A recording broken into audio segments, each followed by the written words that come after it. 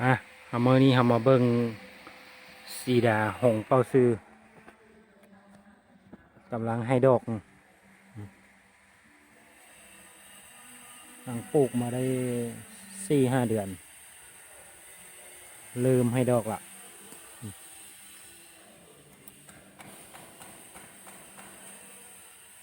ดอกเต็มเลย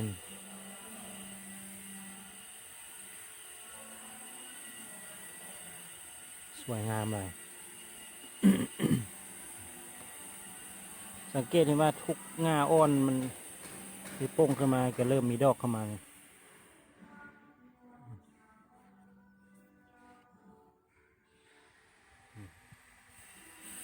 โป่งยอดอ่อนง่าได้ก็เริ่มมีดอกขึ้นมาเลย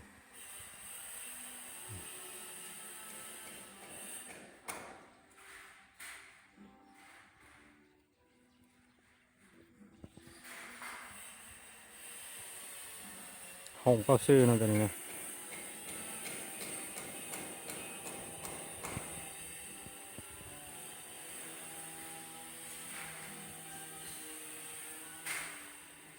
ตอนนี้ดอกคือว่าดกขนาดดอกข้างนั้นเนาะ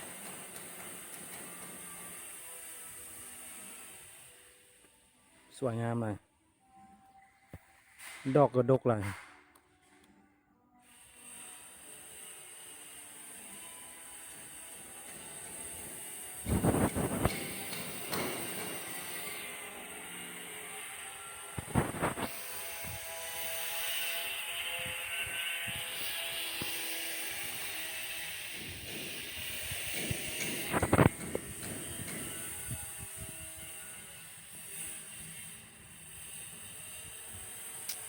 ทุกงาเลย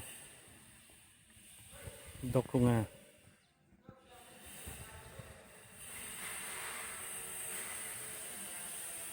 ใบใหญ่งาม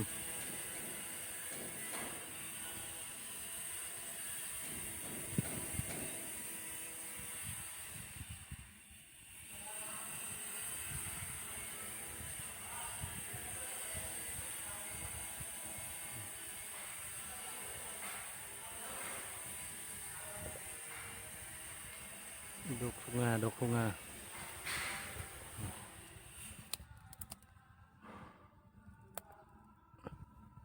ดกทุกงา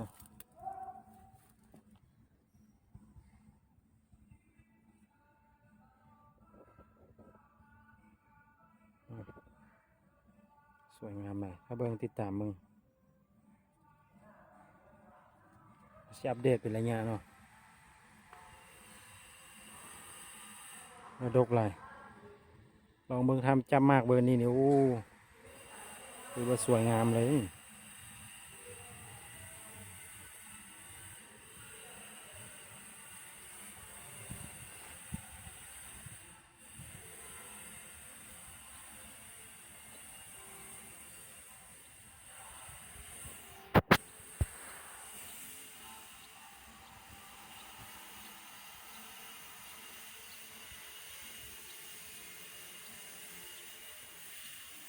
เราจะมาอัปเดตอีกครั้งหนึ่งเนาะ